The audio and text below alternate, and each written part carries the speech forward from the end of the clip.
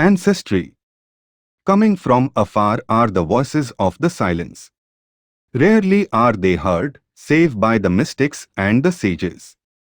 And when one of these voices becomes embodied as sound audible to mortal hearing, blessed is the time and blessed are those who hear. Formless is the spirit and subjective is the vision thereof, dense is the illusion that hangs as the cosmic veil before reality. How divine, therefore, must be the personality which makes objective the vision of the spirit. How priceless the history of one who has lifted even a fringe of the veil. The illusion becomes transparent through the effulgence of such a spiritual personality.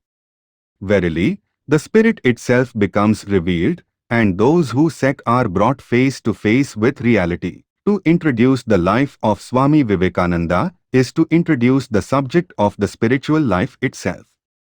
All of the intellectual struggle, all of the doubts, all of the burning faith, all of the unfolding process of the spiritual illumination were revealed in him. As a man and as a Vedantist he manifested the manliness which was sanctity, and the sanctity which was manliness. He manifested the patriotism which came from the vision of the Dharma, and he manifested the life of intense activity as well as of supreme realization, as the fruit of the true insight of divine wisdom. His life revealed throughout the glory of the suprasensuous life. To the task of writing his life one sets oneself fervently, conscious of unworthiness, for who can know the inner self of even the least of men, much less the soul of a Vivekananda?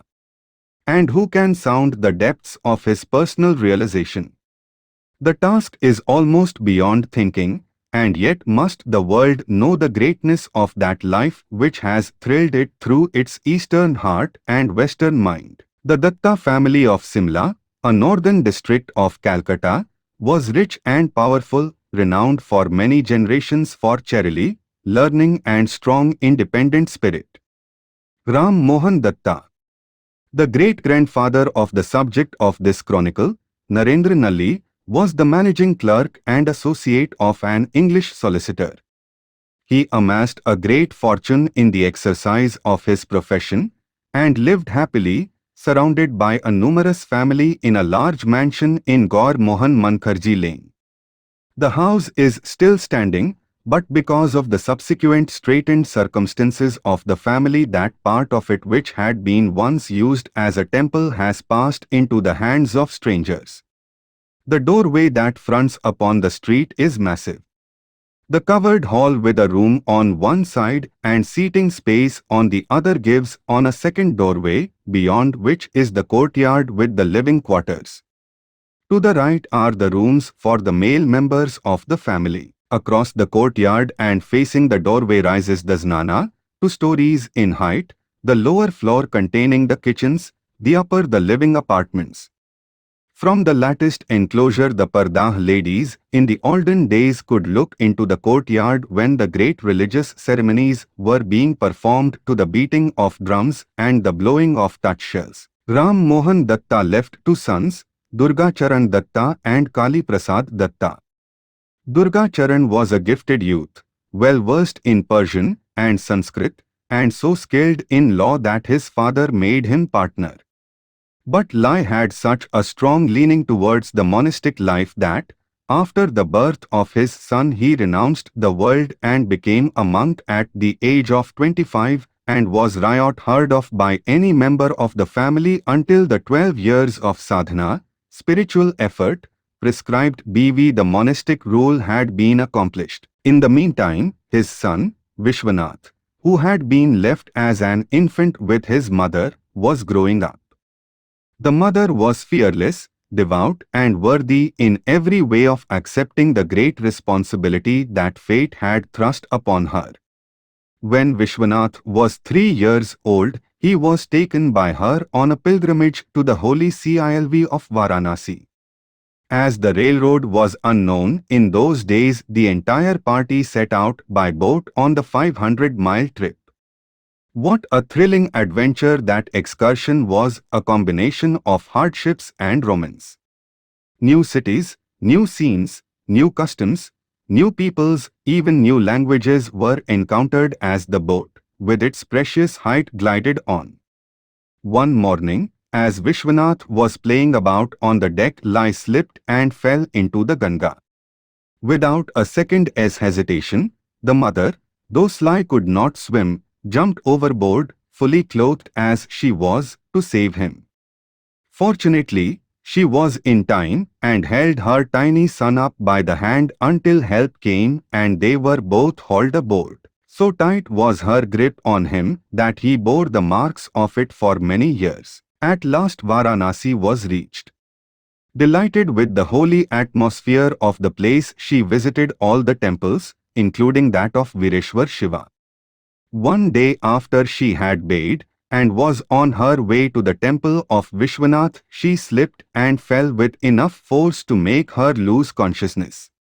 A passing monk went to her assistance, picked her up and laid her on the temple steps. When she opened her e-s, what was her amazement to HND that the monk who was bending over her was her husband. Instantly, both were overwhelmed with a tremendous emotion. But worldly attachments were not for them. She as well as he had renounced. In a moment he disappeared, murmuring, "Oh, Maya, Maya." And she continued on her pious round. These two incidents are cited to show how well lilted she was to be the wife of Durgacharan. An interesting story is told of Durgagharan's return to his birthplace, one that reveals the essential strength and quality of the man. Quite unostentatiously he slipped into Calcutta and, instead of going to his former home, puff up at the house of an old friend, after begging him not to let anyone know of his return. But the friend was unable to contain the joyous news and informed Durgacharau's relatives, who at once came and forcibly took him away with them. The monk, without a word, seated himself in a corner of the room provided for him, the door of which had been locked so that he might not escape. For 3 days Lai stayed there without giving any sign or tasting a bite of food. The relatives, fearing that he might die on their hands, finally opened the door. Later, the monk disappeared and was never heard of again. In striving to account for the peculiar genius of Swami Vivekananda, one must not lose sight of the impressive figure of his grandfather, the man who deemed the world well lost in his search for God. Vivekananda's pronounced tendency towards the monastic life was in the blood, as we say, to explain those inexplicable outcroppings of family traits and tendencies that are so remarkable at times that in order to satisfy ourselves we must accept either the theory of reincarnation or that of heredity. As Vishwanath grew to manhood, he became the pride of the Dattas. The hearts of his people were set on him in high hopes and expectations, for they looked to him to carry forward the Datta tradition of learning. Nor were they disappointed. The boy was proficient in his studies, which included English and Persian, and finally adopted law as a profession and was enrolled as an attorney at law in the High Court of Calcutta. His career was a notable one, for aside from his intellectual attainments, he was endowed with many qualities of character which made him respected and endeared him to all. His keen understanding of his fellowmen was the origin of his deep compassion for the afflicted and wide charity and sympathy. His ample means he spent without thought of the morrow, giving to all who asked. Here it was that he showed a lack of discrimination, for he maintained some of his relatives in idleness and even drunkenness. Criticized at one time by his eldest son Naran for bestowing charity upon such worthless persons, Vishwanath replied in his easy-going way, "How can you understand the great misery of human life?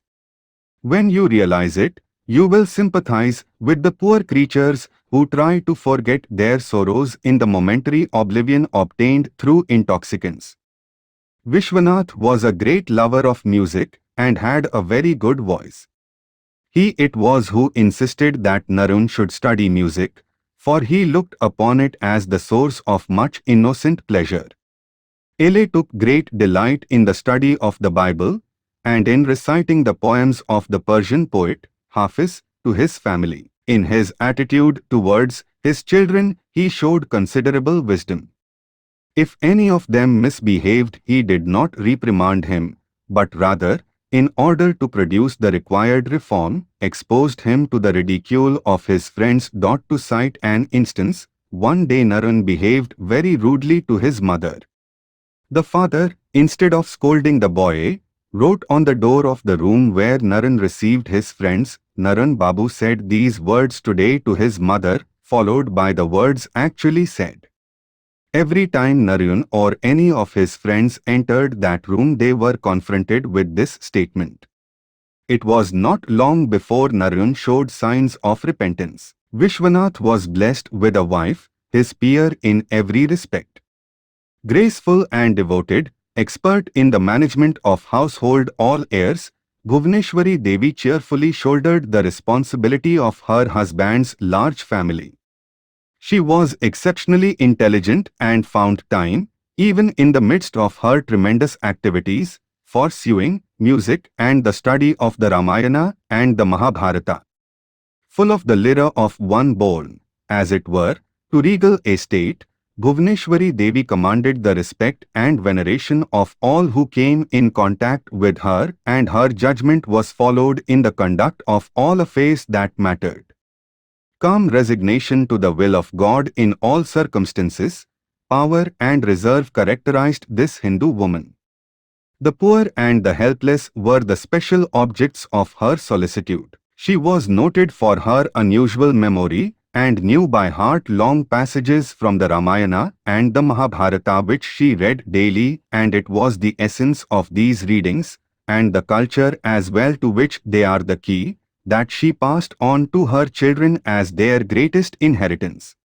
It was this bequest that appeared later in her son, Swami Vivekananda, transmuted into a tremendous love for humanity, above all limitations of race, creed, caste, color or sex. It was to these two, Vishwanath and Bhuvaneshwari Devi, that the boy who was to become the greatest man of his age, whose influence was to shake the world and who was to lay the foundation of a new order of things, was born.